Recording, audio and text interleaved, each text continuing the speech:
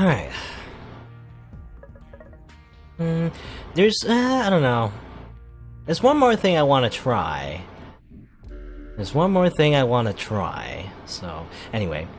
We're back here. Let's just do the thing where we stall, right? We just do stall. Stall. And stall again, right? Stall again. Okay, and then we have to hit the girl. It's the only option we have. And then, yeah, we have this thing where we pretend to fight. Well, we probably actually fight. And we hit the phone and stuff. So he doesn't get alerted that the police will come when they do come. We take a blow to the stomach though, so we're quite damaged and weakened. Okay, stall again. Clock sticking boy. Well, okay. Hit the girl. Skip all of this.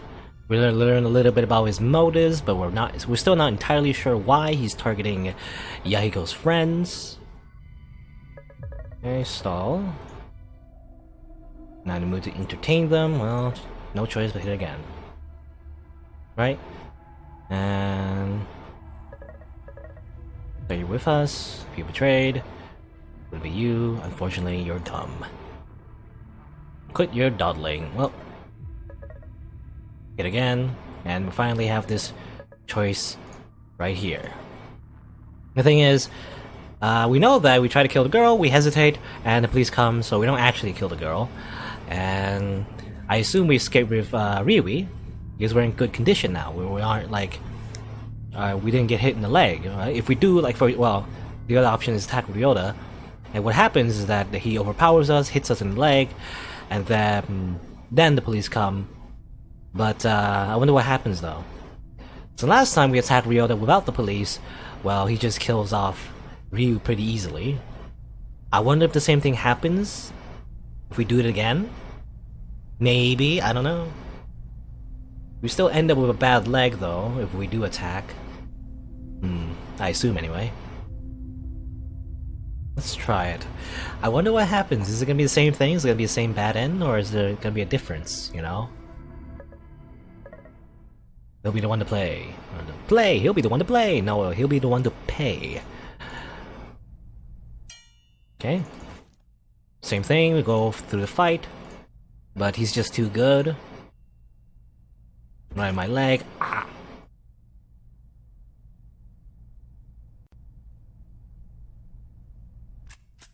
Again, yeah. The police come. So he did hit my leg. The police do come. Which prompts him to hesitate. Mixed with sorrow, mixed with relief. It's real then. Shigure came. Even though she came, he's frozen in shock. What can we do? I'm paralyzed and Ryota is hovering right above Ryui, knife clutched tight in his hand. So yeah, this... We can't run because, well, I can't run, really. Looks like the party's over. And you're surrounded. Oh, I know that. Put down your knife. Nope. Tell what? He doesn't care. He's crazy. He also knows that the police can't get him right away, so he's gonna do as much damage as he can before he gets caught.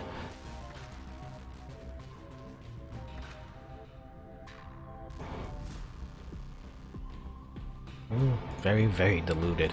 I wonder if it's the same thing, because Ryui's untied, right? She didn't run away. She should run away.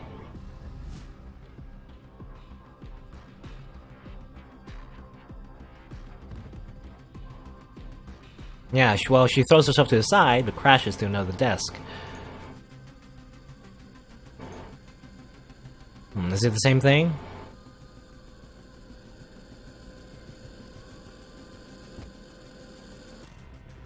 I guess, yeah, she just got caught anyway.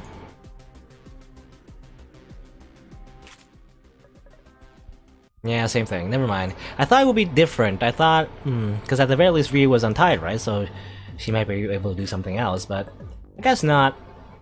So instead, let's just choose this option. You have this moral conundrum, apparently. We don't actually kill the girl, even though the option is kill the girl.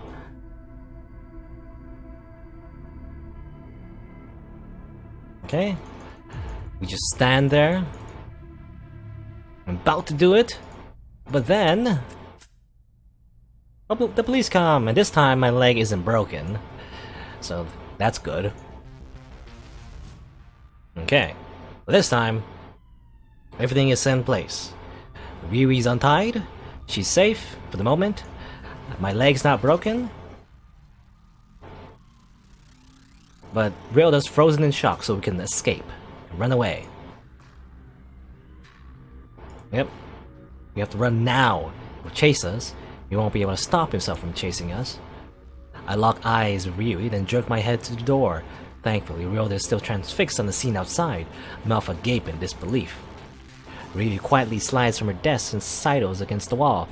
Painful inch by painful inch, she comes closer. Hey! I immediately seize her hand and we tear off, running as fast as we can on shaky legs. Finally, we got out of that room in one piece. We don't spare any words. We only shoot up the stairs, breaking onto the rooftop. Going up? That might be a bad idea though, because we don't have anywhere to escape then. The smart thing for Ryoda to do will be staying right where he is, using the 2 remaining students as hostages to secure his escape.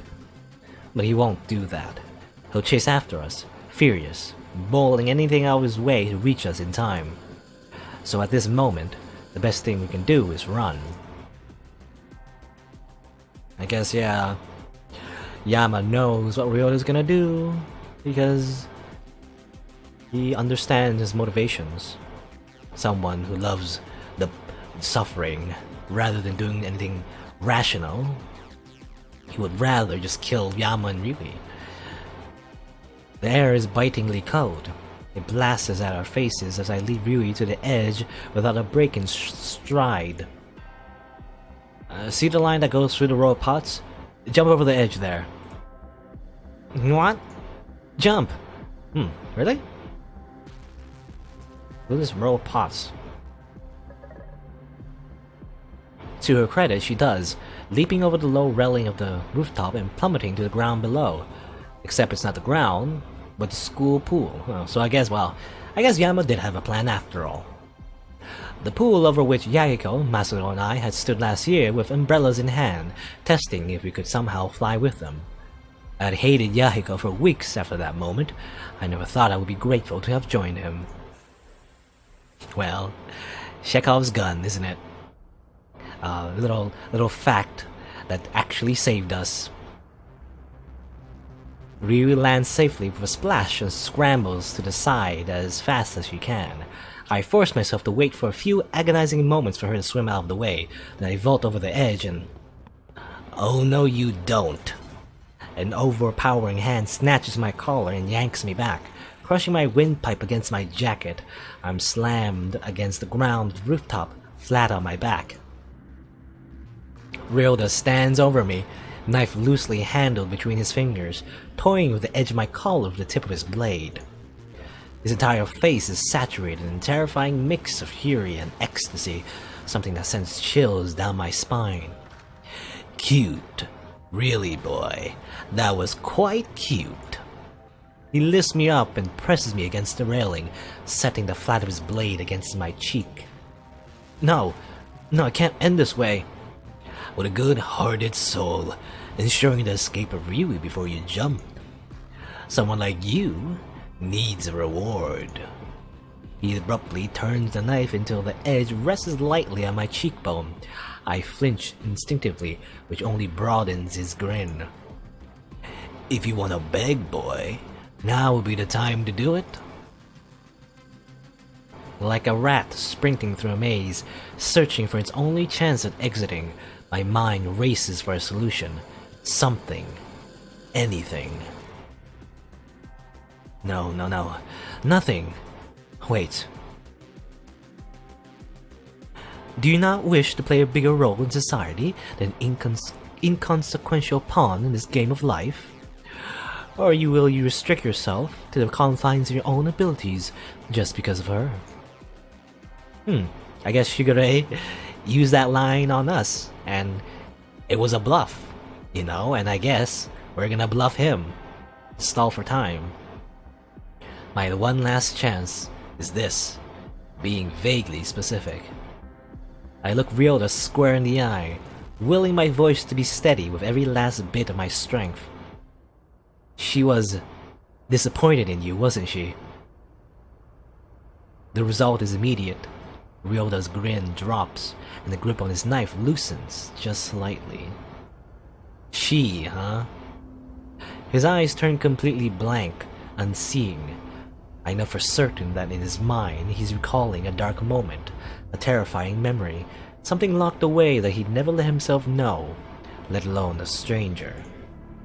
Remembering tears of regret, a whispered phrase, words that have haunted nightmares every day since they were uttered. I don't allow myself to dwell on the thought. Before I get a grasp on what I'm doing, I'm already seizing the handle of Ryoda's knife and turning the blade, shoving it with more force than ever exerted in my life, driving a tip right through his abdomen. His body jerks like a ragdoll, but not a word passes his lips. The only sound I hear is a squelch of tissue and organs against metal. For a moment there's silence, broken only by a distant flare of police sirens. His grip loosens, and his weight falls on my shoulders, driving my arm painfully against the railing. A ragged whisper drifts into my ears. Such is our lot, Yama Ishimoto. We are a disappointment. Then, with sudden strength, he grips my shoulders and tumbles over the railing, pulling me with him.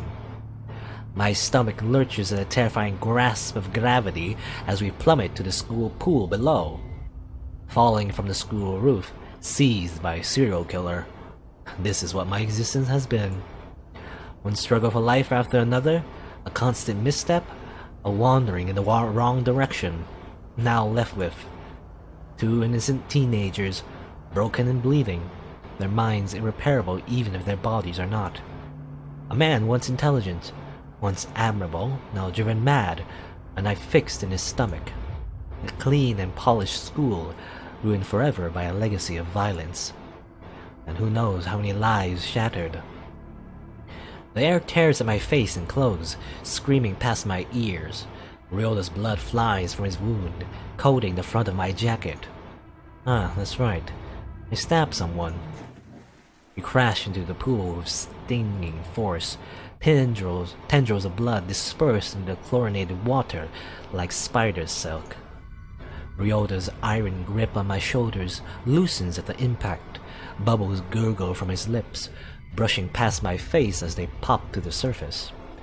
I'm no longer holding a knife, but I still feel the form and weight of its handle between my fingers.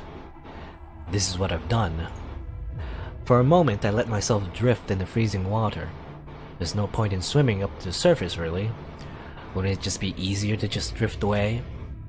Come back up to the world, and I'll face a long hospital trip, a court case, catching up on essays about second-wave world civilizations, and worksheets on deriving trigonometric theorems, take the exams, go to some university, major in something or another, get a white-collar job, marry, have kids, and die. All this after trashing another human being's system to pulp, someone who might not recover physically, and who will not recover emotionally. Is there even a point? Existential nihilism, the belief that there's no meaning, no value, nothing to life. I vaguely remember being terrified of the notion when I first heard about it in class. Most students just laughed it off. How stupid. How depressing. Life has no purpose? Whoever made that up has issues. But it was too close to me. Living a life of homework, keeping my head down and going through each day, or wondering where I was and what I was doing. Maybe I've been trying too hard to find meaning where there is none. Are you really gonna have this existential crisis? After falling from a rooftop into a pool after you stab someone? I mean, I guess. Maybe I've been desperately grasping for straws to find some kind of significance in inconsequential existence. Inconsequential existence. From a strictly technical point of view, this is not the time to be thinking philosophical thoughts. Exactly what I'm saying, Yama. Being at the bottom of a pool is an arm's reach away from a serial killer, probably with only 30 seconds left before I run out of breath and start drowning. Any sensible person would leave the Socrates session for another day and wait until all basic needs are met first. I guess I'm not as sensible as I thought. Either that, or I can't bring myself to be. He leads a student to air, but you can't make him breathe. That's how this saying should go. Maybe I should just sleep. I suddenly feel so tired. And then we died.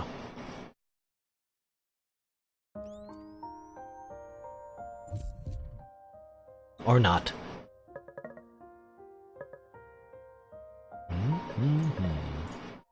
Save here. And that sound of, actually, what do you call it? Those electric things that make a person breathe again, or not breathe, like make their heart start again. Defibrillators, yeah, defibrillators. And Yama says, I think I've been here before. Well, exactly, yeah, I mean, I imagine Ryoda, when he was a kid, that incident of the bus, probably going through a very similar experience after drowning.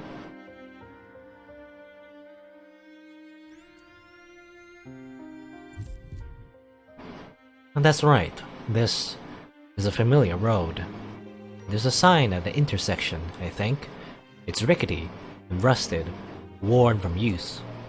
There's no words on it, just two arrows, one pointing forward, one pointing back. I'd just like to stay here. A fork in the road is such a dangerous thing. Left, right, a one-time decision, and if it turns out that you run into an obstacle, then you'll find yourself wishing that you made the other choice. Then you start overthinking everything.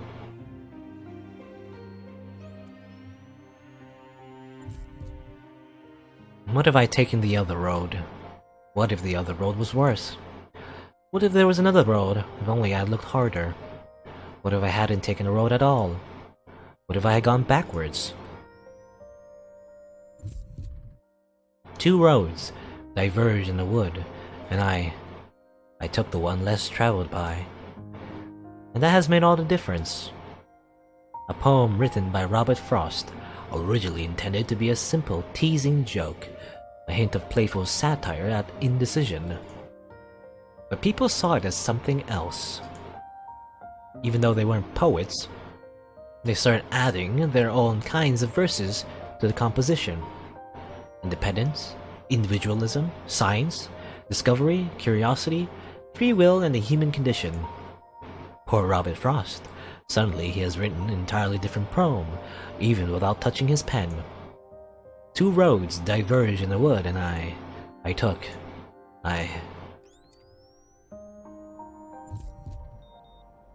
Heavily medicated doctor. Anytime he's coherent, he thrashes around. We have to sedate him every time. How long? 2 weeks. The record? Here, sir. I assume that when he screams for her, he's referring to the other patient. We think so, sir, but she's still recovering with therapy. We haven't been able to get her in here. What's her progress? She started speaking again after her parents came with a photo album.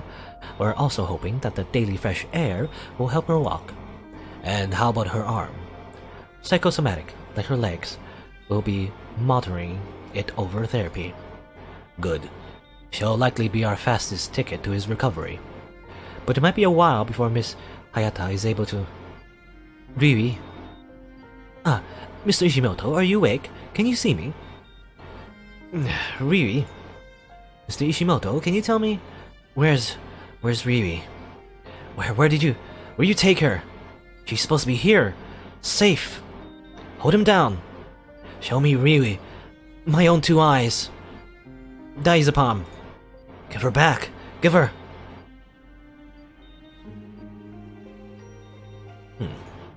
And this has been going for 2 weeks, I guess. And I guess what happened to Riri? I guess she's going through therapy? Psychosomatic, I guess. I don't know. She's lost feeling in her limbs or something? Here comes a candle to light you to bed. Here comes a chopper to chop your head. Chip chop, the last man's dead. Sometimes I really wonder about children's nursery rhymes. Why do we let young kids listen to such twisted ideologies? Children are supposed to deal with that kind of stuff. They're supposed to be innocent. Supposed to be innocent. Jack and Jill went up the hill to fetch a pail of water. Jack fell down and... my world suddenly feels warm. What is that? Why is it happening? I suddenly get the impression that I'm awake. I think someone's holding my hand. The tips of my fingers feel warm, like they're being cradled in a loving palm. Everything else is blinding light that drills into the back of my eyes. Home. Home is here. Home. Finally got to visit you. I'm sorry for the wait. I had to go through therapy to start talking again. I know that the whole thing is over, thanks to you, but whenever I close my eyes, well, I guess I'm really thankful that the doctors could help me.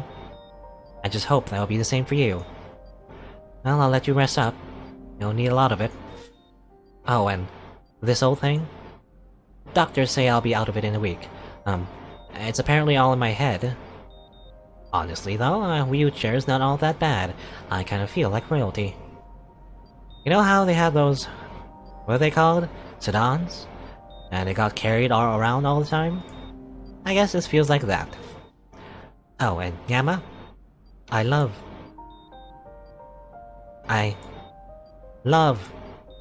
laughing at your grades. What, you can't even confess to me when I'm, like, not even conscious? God damn it, Riri. So, hurry up and get well, dummy. I dream a little longer. My dreams are softer now, a little more delicate, like lace instead of sandpaper. It's the family.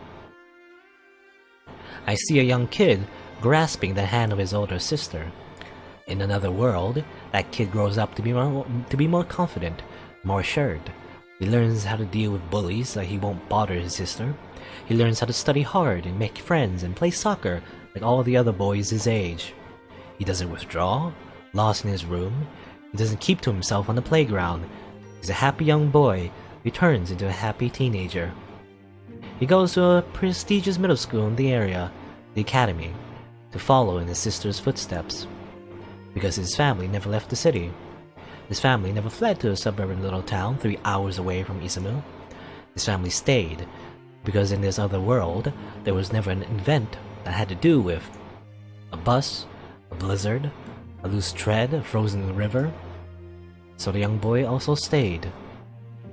Maybe he meets a lively orange-haired girl at this middle school. Maybe he befriends her, because she's lovable and bright and impossible to dislike.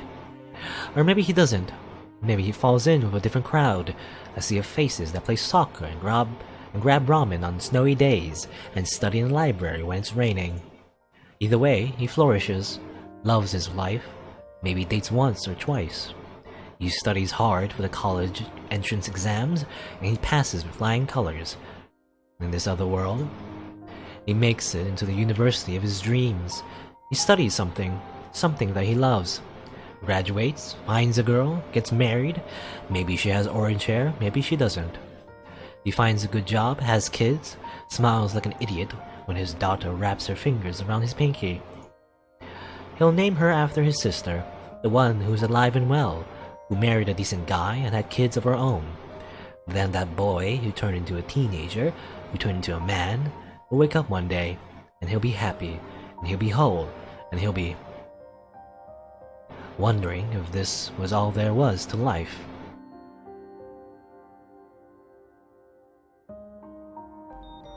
My eyes peel open, sluggishly, like they haven't done so for a decade. My muscles feel weak and lifeless. Spindled slugs on a sidewalk, my throat's dry and my head is smarting. So, looks like I'm in the hospital. I notice that a nurse is at my bedside, fiddling with the IV drip on the table. She seems tired, drawn eyes, tight frown. I clear my throat to get her attention. Excuse me. The words eject in a queasy croak. The nurse jumps the raw noise, but relaxes when she notices me. Oh, wonderful. You're awake. Her voice is chipper, but I notice how she eyes me with caution, like I'll lunge out of bed and strangle her if she makes any sudden move. Do you remember your name? Yama Ishimoto. Good. Do you remember how you got here? By ambulance, I assume. I wheeze in dry laughter. Everything seems funny. The nurse eyes me for a minute, then presses the intercom. Doctor, the patient's awake. Can you speak with him? They gave me a basic physical exam, followed by a psychological inventory. I give all the answers I think are correct and expect an imminent release. I'm ready to get back to my life. Instead, they take me to a room with a plush couch and a contemporary lamp, where a man sits in an armchair and tries to get me to talk about my life. Therapy. I've been through it too many times. It's gotten quite old over the years. I'm so familiar with the proceedings that I resign myself to playing mind games with the therapist. Can I predict before he asks? Can I redirect his questions? But it's not such a smooth and humorous process. The therapy makes me recall everything. Breaking limbs with a pipe with my own 2 hands, driving myself insane, stabbing someone in the gut. During the first session, I black out. They tell me later that I crumpled into a ball and refused to respond to anything until Ryui came. Ryui now out of her wheelchair. You've been in the hospital for 2 months, she said. I'm afraid it's been 10 years now. This isn't Metal Gear Solid 5. So we've been out of we've been out of it for 2 months. The old classic coma. The classic anime coma. Ryui holds my hand in the next session. I squeeze it until I'm afraid that I'll snap her fingers, just like I snapped those bones. She whispers, "You're innocent, don't you worry. It was all Ryota's fault. You're a victim." I still feel blood on my hands whenever the sessions are over. I go to the bathroom to wash my hands, once, twice, 5 times over. It still runs slick and steady over my wrists and into my forearms when I exit the bathroom. I stop speaking for a few days. There's nothing to talk about. I have too many sounds to remember. Too much cacophony thrumming in the space between my ears. Ryui sits by me, feeds me when I have no strength to lift the spoon, pulls the covers up to my chin like my mom should have done. She tells me stories, a princess and a knight, a detective and a bar singer, and a celebrity and an unfortunate grocer. Some days I just sit and hold her hand, watching her eyes dance as she paints imaginary canvases with her words. Speaking so much tires her out quickly. Sometimes she nods off in the middle of a sentence, so I lean her head on my shoulder and listen to the even rhythm of her breath. It's softer than the discord in my brain. Sometimes it lulls me to sleep too. Then comes the session where I remember everything, every last bit, and I lose consciousness again. They say they found me standing on the hospital rooftop, leaning against the banister with my arms spread wide, as if I was welcoming the city into a warm embrace. They instantly rushed me down, terrified that I'd try to kill myself. Calm down, I said. My smile was distant. I was just enjoying the view. They hadn't believed me, so I'm confined to my room for a while. No one's allowed to see me except Ryui, not even my own parents. They say it's because I didn't react well to their presence when I was delirious. So, like the beast with his beauty, I'm holed up in the hospital room, counting the days until I can pass the psychology inventory. Ryu brings gifts from the others, envelopes and gift-wrapped boxes, and overly large bags that could have only been funded by Yahiko's purse. They're nice, and the thought is touching, but I tell Ryu to return them all. I plan on staying here, keeping the blood on my hands in one room. Ryui cries every time, a heartbreaking, frustrated kind of crying as she punches me in the shoulder and yells that it's not my fault. It's Ryota's. Why can't I get that through my head? But even if my brain agrees, my hand, I remember the scratchiness of the pipe, the vibration of each terrible impact, the oozing, sinking feeling of the knife sinking into flesh. Well, I wonder what happened to the siblings. You know, I assume they were rescued. Have they recovered as well? So I only can kiss her in the forehead and thank her for staying with me. She doesn't blush. She doesn't even look remotely embarrassed. In fact, I think that the gesture only makes her angrier. "We're gonna make you well, Yama," she screams this out the window like some kind of oath. "You're gonna be just fine." I attend more sessions, stay isolated from family and friends. My parents pay for the sessions, but I see nothing more of them. Legally, they're allowed to see me, but they don't insist. They probably don't really want to see me anyway. They haven't for years. More days slip by. I wonder if our friends have moved on with their lives, gone back to school, prepared for university exams, started dating. When I start speaking again, I ask Ryu how long we've been at the hospital. 2 months and 2 weeks, she says. Is that it? Feels so much longer. I continue sessions, go for walks, eat hospital food. I think I start to heal, because the world feels a little less empty with each passing day. It's not my fault. I decide to say this to the mirror every morning, even if I don't believe it. Maybe if I say it enough, maybe if I raise my chin and put my hands on my hips, maybe if I act like I believe it, then I'll believe it. It's not my fault. It's not my fault. It's not my fault. I stare into my reflection, meaningless words pouring from my lips. Well, mirror, mirror on the wall, who's the most broken of them all? It seems the worst black. Broken you may be, young man, but I see one broken more still. Someone with nothing but blood in his eyes and no person to love. Someone who fell into darkness until one day, to ease his pain, he had suddenly become a serial killer. Mirror, mirror, couldn't I have become that man myself? In another world, a boy damaged by an accident, growing up alone and reserved, with nothing but the shadows as his constant companion. That boy could grow into a twisted teenager, who could grow into a twisted man. But I think I understand. None of that happened. What more do I need to worry about?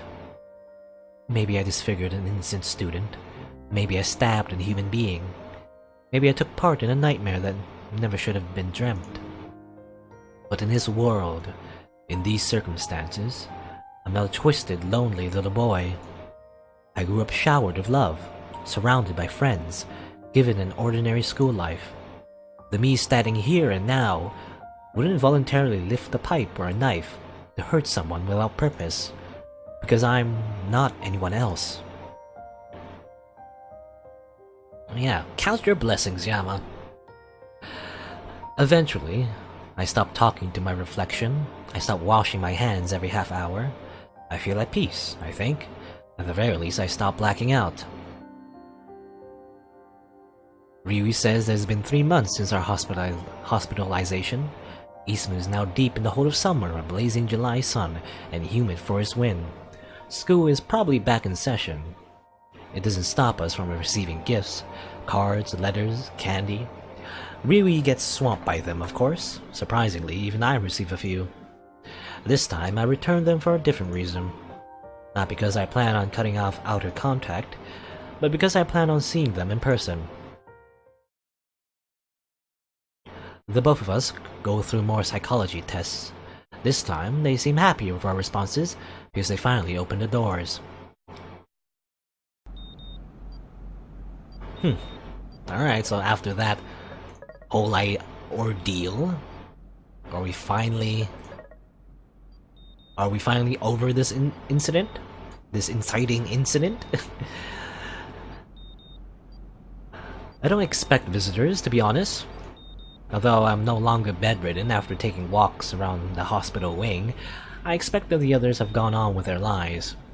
3 months is a long time in the hurried pace of a student. But to my surprise, the moment that the hospital lifts my quarantine, 2 figures race into a room in a blur. Minion! It's Yahiko and Masato, dressed in their school uniforms. They're practically bursting with energy. For some reason, seeing them brings tears to my eyes. Embarrassed, I turn away. Dude, these past months had felt like forever. I can't believe that this happened. I can still remember. You didn't come to school the other day, and no one knew where you were, and Ryu wasn't talking about you. And suddenly, no one could find Ryu, and no one could find you, and his mask comes crumbling down. For the first time, I see Yahiko's face twist in true pain. I was thinking, you guys be gone, just like Haru, Shoji, Akane. He grits his teeth, shuddering. All I can do is awkwardly pat him on the shoulder. I've always known that each of Mr. Ryota's victims were connected to Yahiko, but for some reason, I never actually considered what that did to Yahiko. Well, yeah, because I'd imagine he's going through some trauma as well. He might be feeling guilty, too, you know? Because everyone he knew is just, well, killed or, like, hurt in some way. It's amazing, really. How could Yahiko even stay standing? How could he still smile, still laugh, even as people he knew were dying? I'd always thought of him as kind of weak, and more than kind of stupid, but it looks like he was actually stronger than any of us. He was even right there at the scene of Shoji's death, saw him die with his own eyes. At the time, the scene looked suspicious, but now that I think about it, wasn't Yahiko just trying to prevent a suicide? Wasn't that why I had found Shoji in the river?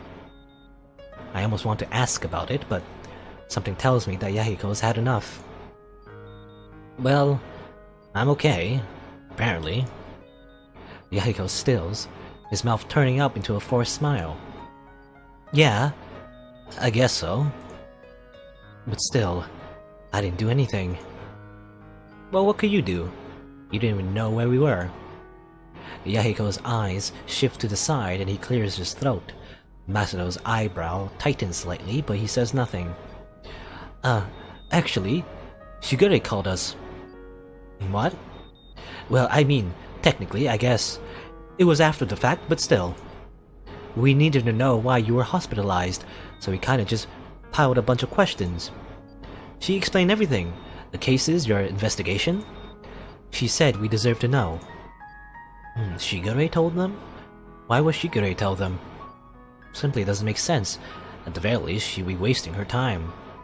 Beyond that, she'd be spilling confidential info with no clear purpose.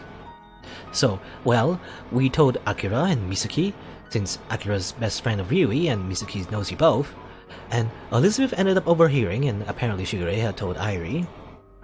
We visited you a few times, but you were either knocked out or you started thrashing around. And then they kicked us out entirely. So that's why they stayed so worried. That's why they were so persistent with the gifts. I guess it's not every day that one of your friends tries to fight a serial killer. A smile of gratitude tugs at my lips and I feel a little warmer inside. They really cared a lot for us, didn't they? Well, thanks, Yahiko. Yahiko only nods mutely. I glance at Masato, only to find him that he's still stewing. Come to think of it, he hasn't said a word. Masato? Damn it! Yahiko and I jump at Masato's sudden exclamation. I'm a shocking full dumber! The fullest dummery dumber! What? He quiets slightly, speaking through gritted teeth. I was stupid blind. I didn't see nothing but myself. I'm real sorry, man. Wait, where is this coming from? Honestly, I'm just surprised to see him here. I wasn't fair to you, man. I was throwing a tantrum like little hibiki. Saying all those words, not listening to you. It was something only a full dumber would do. Should have asked what was going on instead of assuming everything. Oh, his apology catches me off guard. Well, thanks, but he was right. Just after he told me to be nice to Ryui, I treated her like trash. Maybe he could sense it coming. Maybe he saw that something was wrong with me. Wait. Now that I'm paying more attention, I notice that Masado's hair is damped. Not only that, but there's a faint smell of... chlorine? Masado, were you just swimming? Huh?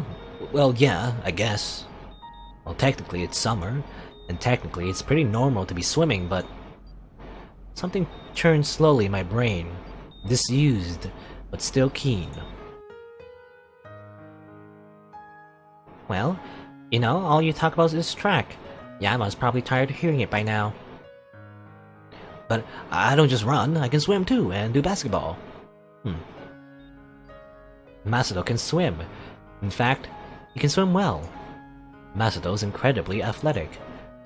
And the last person who I'd spoken to before I seen Shoji drowning that river, before I'd almost drowned, had been Masato.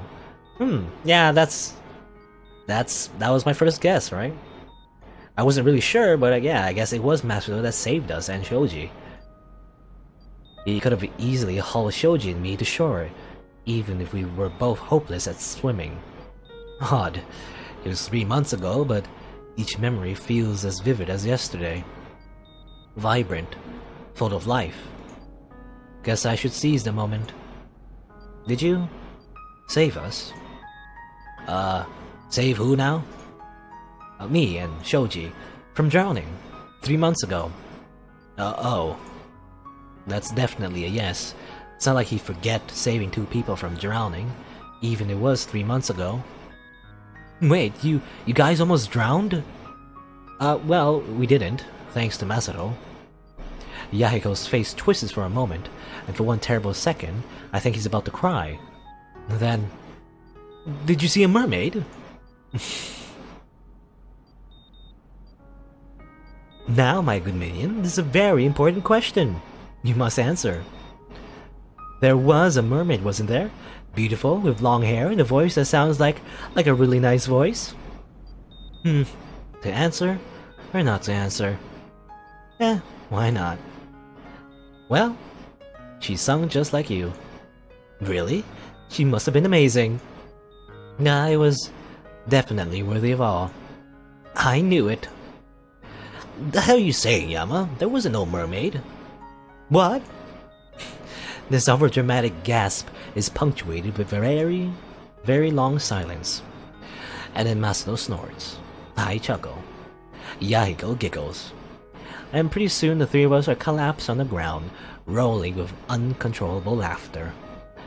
My sides ache, and my chest heaves, and every possible muscle and every possible limb is protesting with a sore ache. But it feels good, like the stress is just melting out of my body. Finally, we pick ourselves up, brushing at our eyes. Good to see you're still with us, man. Might want to take a rest, because there's a whole lot of people waiting to talk with you. You're almost as famous as I am. Wait, what? Later, man. Rest up good minion. I'm putting you to work the moment you recover. Wait, what do you mean that I'm... But they've already skipped out of the room, leaving me completely bewildered. I wait for another visitor, but my door doesn't open again. Maybe people are coming later? It would be nice. After talking to Masato and Yahiko, everything feels... normal. Kinda left the world, after being knocked off course, has found its bearings again. On your feet, soldier! The waifus! I guess, yep, everything's back to normal. We can leave that incident behind us, I think.